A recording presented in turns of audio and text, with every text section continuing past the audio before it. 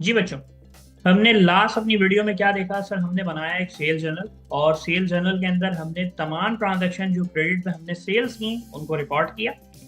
और बजाय इसके कि हम सेपरेट ट्रांजैक्शन बनाते, चार कस्टमर्स की हमने एक ट्रांजैक्शन बनाई और सेल जर्नल को कंप्लीट करा। इसी तरह सेल रिटर्न जर्नल में बच्चों हमने क्या करा, हमने तीन ट्रांजैक्शन पास करी, किसकी? सेल रिटर्न की। और बजाय इसके कि हम तीन दफा सेल रिटर्न की एंट्री रिकॉर्ड करते हैं, हमने उसे एक दफा रिकॉर्ड करा, टाइम को बचाया, रेपिटेटिव ट्रांजैक्शन को हमने एक ही जगह एक ही फॉर्मेट में सॉल्व किया। सर आगे बढ़ते हैं और अब बनाते हैं सब्सिडरी लेजर ऑफ कस्टमर्स। ठीक है, आइए सर शुरू करते हैं। और मैंने अगेन आपकी आसानी के लिए ये आइडेंटिफाई कर दिया कि हमारे पास टोटल कितने कस्टमर हैं। हमारे पास है मेरे प्यारे भाई टोटल तीन कस्टमर। पहला जो कस्टमर है वो है अली ट्रेडर्स।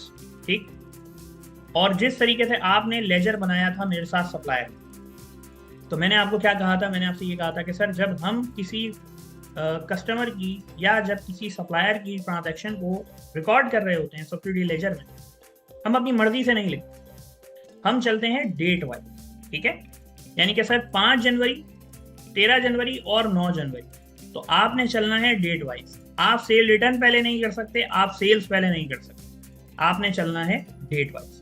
तो सबसे पहले जो आएगा वो आएगा 5 जनवरी, फिर आएगा मेरे भाई 9 जनवरी और फिर आएगा 13 जनवरी। ठीक है, अच्छा वो रूल जो आप लोगों को मैंने वहां दिखाया, एक दफा आपको रिकॉल करवा दूं।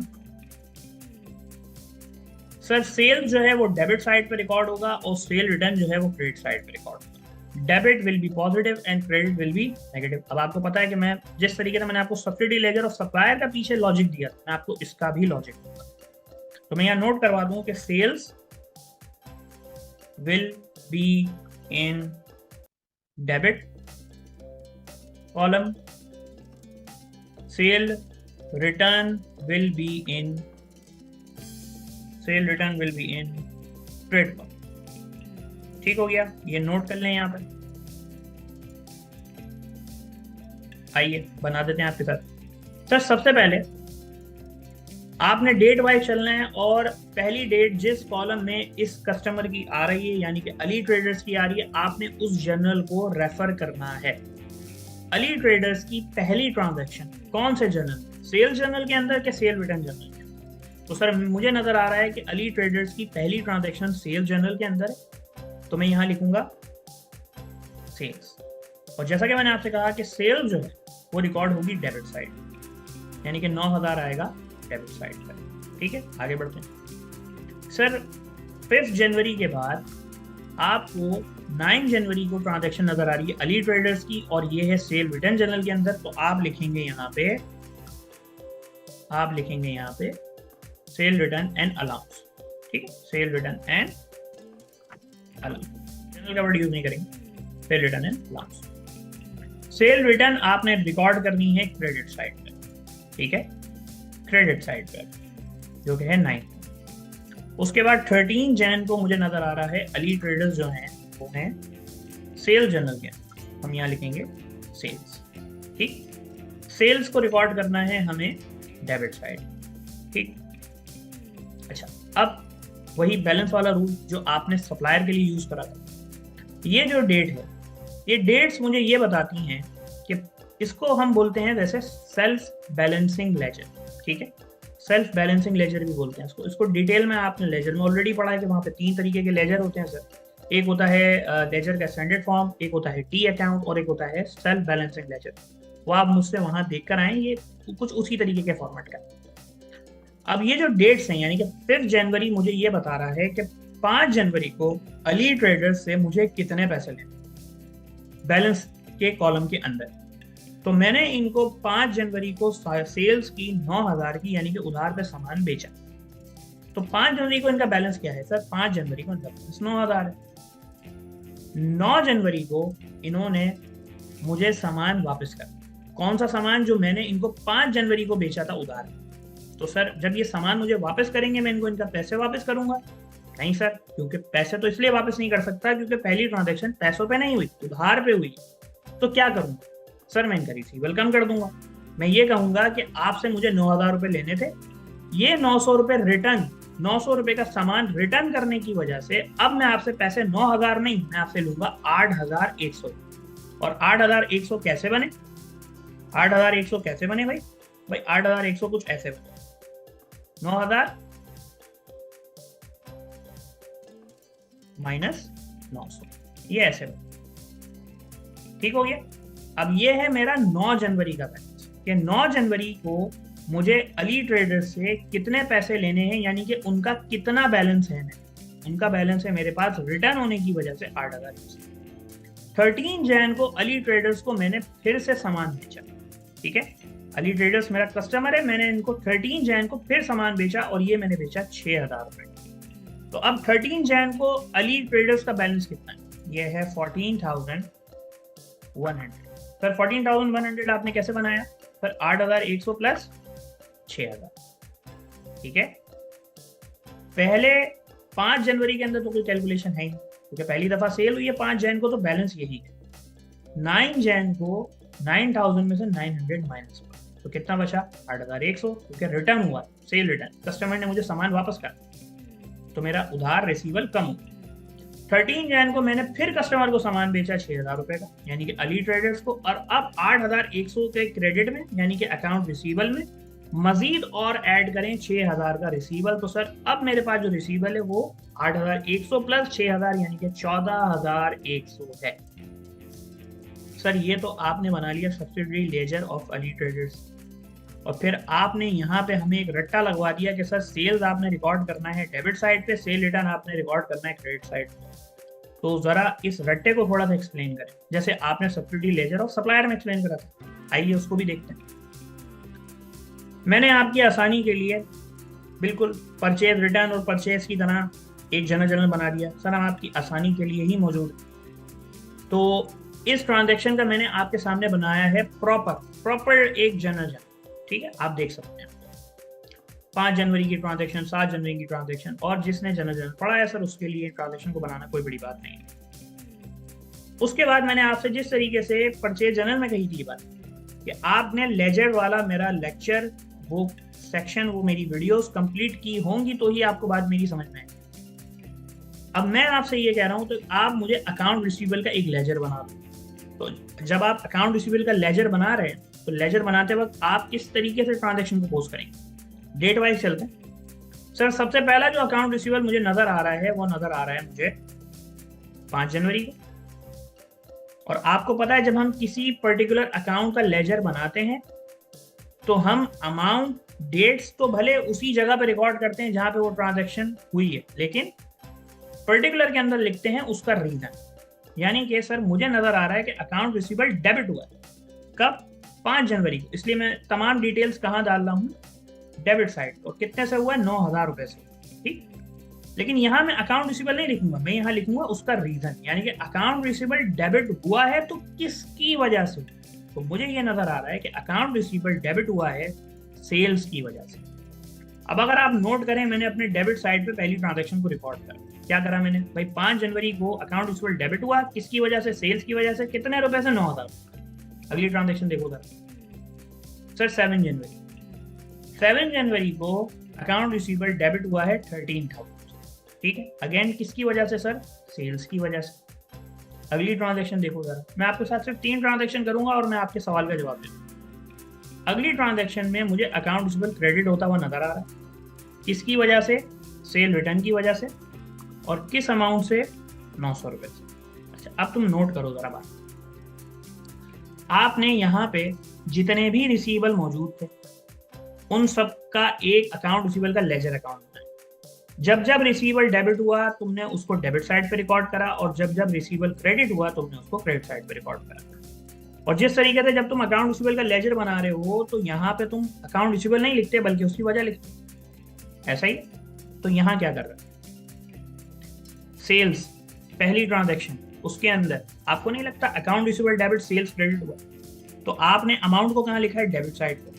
डिट्टो यही लॉजिक यूज करा है आपने, 9000 डेबिट साइड पे, और वजह आपने क्या लिखी है? सेल्स। और यहाँ पे आपने क्या डाली है? डेट। तो अगेन वही बोलूंगा कि sir subsidiary laser of customer is nothing, ये एक लेजर का फैंसी वर्जन है बेसिकली ये subsidy laser of Ali traders एक अकाउंट रिसीवल का अकाउंट है। आप ये एक लेजर बना रहे हैं जो कि है एक अकाउंट रिसीवल का लेजर, अकाउंट रिसीवल का लेजर। बस फर्क ये है कि आप तमाम अकाउंट रिसीवल को एक जगह करने के बजाय कस्टमर वाइज आपने तोड़ दिया, और कुछ नई साइंस नहीं है इसके अंदर। अकाउंट रिसीवल डेबिट हुआ तो तुमने डेबिट साइड पे लिखा, पर्टिकुलर में आपने वही लेजर वाला रूल अप्लाई करा, यानी कि आपने लिखा रीजन। अकाउंट रिसीवल जब क्रेडिट हुआ है तो आपने क्रेडिट साइड पे लिखा है, यहाँ पे लिखा है आपने उसका रीजन। बैलेंसिंग फॉर्म मैंने आपको उसकी पूरी लॉजिक दी कि किस तरीके से बैलेंस चेंज हो रहा है। तो ये जो रूल है मैंने आपको बोला है कि सेल्स को आपने लिखना है डेबिट साइड पे, तो ये क्या है सर, ये बेसिकली लेजर का रूल, ठीक है, लेजर एंड ट्रायल बैलेंस का जो टॉपिक है हमारा। तो उम्मीद करता हूँ सर आपको ये बात समझ में आई होगी। आइए और नीचे दूसरे कस्टमर्स को कंप्लीट करते हैं। सर अगला जो कस्टमर है वो है खान ब्रदर्स, ठीक है जी। सर खान ब्रदर्स मुझे नजर आ रहे हैं दो दफा। एक दफा खान ब्रदर्स ने सर 7 जैन को, और उसके बाद ये हैं 19 जैन को। सर 7 जैन को ये हैं सेल जर्नल के अंदर, और 19 जैन को हैं ये सेल रिटर्न के जर्नल के अंदर। सर 7 जैन को हमने इनको सेल्स किया है 13,000 का, और 19 जैन को हमने इनको रिटर्न किया है 3,000 का सामान। अगेन सर आपने बैलेंस वाला लॉजिक यूज करना है। अगर आप लेजर वाला रट्टा नहीं लगा सकते, उसका कॉन्सेप्ट आपको नहीं समझ में आ रहा, तो आप मेरे पॉइंट्स को याद रखें। सर सेल्स आप डेबिट कॉलम में लिखें और रिटर्न आप क्रेडिट कॉलम में लिखें। सर पहला जो कॉलम होगा उसके अंदर ये अमाउंट 13,000 होगी, और जो अगला कॉलम है यानी कि बैलेंस का अमाउंट होगी 10,000। सर आपने ये कैसे बनाई? सर मैंने बेसिकली 13,000 में से 3,000 को माइनस, ठीक है, यानी कि सर 13,000 का मुझे इनसे पैसा लेना था खान ब्रदर्स से 7 जनवरी को। 19 जनवरी को इन्होंने अपने रिसीवल को कम किया मुझे सामान वापस करके। ये मेरे कस्टमर हैं, जब मुझे सामान वापस करेंगे, पैसे पे बेचा होगा तो पैसा रिटर्न करूंगा, और अगर इन्हें उधार पे बेचा होगा तो इनका रिसीवल कम। इसलिए 13,000 से अकाउंट रिसीवल कम हो गया, कितना हो गया? 10,000। 13,000 minus 3,000 is equal to 10,000। Sir last जो सब्सिडी लेजर वो है तारिक एंड को, आई गेस तारिक एंड, एक बहुत अच्छे दोस्त का भी नाम है सर, हमने पूछा नहीं था आपसे। अच्छा जी, सर तारिक एंड को भी मुझे 2 दफा नजर आ रहे हैं। सर एक दफा 11 जनवरी को, और उसके बाद तारिक एंड को मुझे नजर आ रहे हैं प्यारे भाइयों 15 जनवरी को। सर 11 जनवरी को तारिक एंड को सेल जर्नल में थे, और सर सेल मुझे डेबिट साइड पे रिकॉर्ड करना है, और सेल रिटर्न मुझे क्रेडिट साइड पे रिकॉर्ड करना। ठीक हो गया। सर आपको पता है कि पहला वाला जो बैलेंस होगा वो 4,000 होगा, और अगले वाले में से मैं क्या करूंगा, मैं 4,000 में से 1,400 माइनस कर दूंगा। ये किस तरीके से बना, मैं यहाँ साइड पे लिख भी रहा हूँ सर, ये बना है 1,400 को माइनस करके, और ये लॉजिक आपने अप्लाई करना है। सर विद दिस आपके सब्सिडी लेजर कंप्लीट हो गए, और आपने परचेज जर्नल समझा, आपने परचेज रिटर्न समझा, आपने सेल्स जर्नल समझा, आपने सेल रिटर्न समझा, और आपने दोनों के सब्सिडी लेजर सप्लायर के भी और कस्टमर के भी कंप्लीट। ठीक है, उम्मीद करता हूं सर आपको ये वीडियो की सीरीज समझ आई होगी। आपको प्रैक्टिस के लिए मैं कुछ क्वेश्चन देता हूं। अगेन सर ये आपको मेरे नोट वाले फोल्डर में तमाम क्वेश्चन मिल जाएंगे, ठीक है, और फिर मैंने इन हर क्वेश्चन की सर डेफिनेटली एक रिकॉर्डेड वीडियो भी रखी है, ताकि आपको रिवाइज भी करवाता रहूं और आपके साथ क्वेश्चन को मैं सॉल्व भी करूँ। सर आप 2024 का क्वेश्चन देखें जाके, ठीक है, उसके अंदर आपसे परचेज जर्नल बनवाया जा रहा है और हर सप्लायर का सब्सिडी लेजर। 2014 भी एक परचेज जर्नल है, इसके अंदर भी आपसे परचेज जर्नल और परचेज रिटर्न जर्नल मांगा जा रहा है और सब्सिडी लेजर मांगा जा रहा है। सर 2011 के अंदर आपको परचेज जर्नल और उसने बोला है और जनरल जर्नल एज अप्रोप्रिएट, दोनों में से जो आप यूज करें, लेकिन बेहतर यही कि सर आप सब्सिडी आप स्पेशल जर्नल बनाएं। और फिर उसने कहा कि आप purchase journal May 1 and 4 the total purchase and account payable general ledger. ठीक है सर, ये एक आगे की रिक्वायरमेंट, जब क्वेश्चन को करेंगे तो आपको देखेंगे। सर आप 2021 का क्वेश्चन कर सकते हैं, 24 कर सकते हैं, 2014 कर सकते हैं, 2018 भी आप इजीली मैनेज कर लेंगे। अच्छा ये एक अच्छा क्वेश्चन है, इसको बिल्कुल हम कवर करेंगे। यहाँ से 2019 से 2019, 15, 2013 यहाँ से आपको तमाम सेल जर्नल मिलेंगे। सर हमने आपके साथ सेल जर्नल भी कंप्लीट किया। अच्छा जी सर, जाते जाते एक छोटी सी चीज को जरा कवर करते हैं। सर स्पेशल जर्नल के एडवांटेजेस क्या होते हैं? सर पहला एडवांटेज तो आपको पता है कि सर रेपिटेटिव ट्रांजैक्शन से हम बच जाते हैं, ठीक है।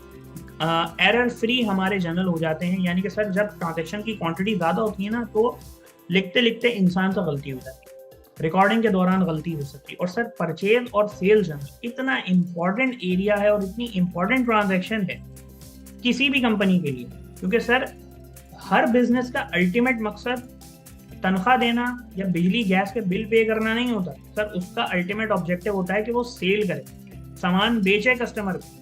और कस्टमर को सामान कब बेचोगे? जब तुम खरीदोगे, यानी कि सर परचेज। सर परचेज किए बगैर आप सेल नहीं कर सकते, ठीक है।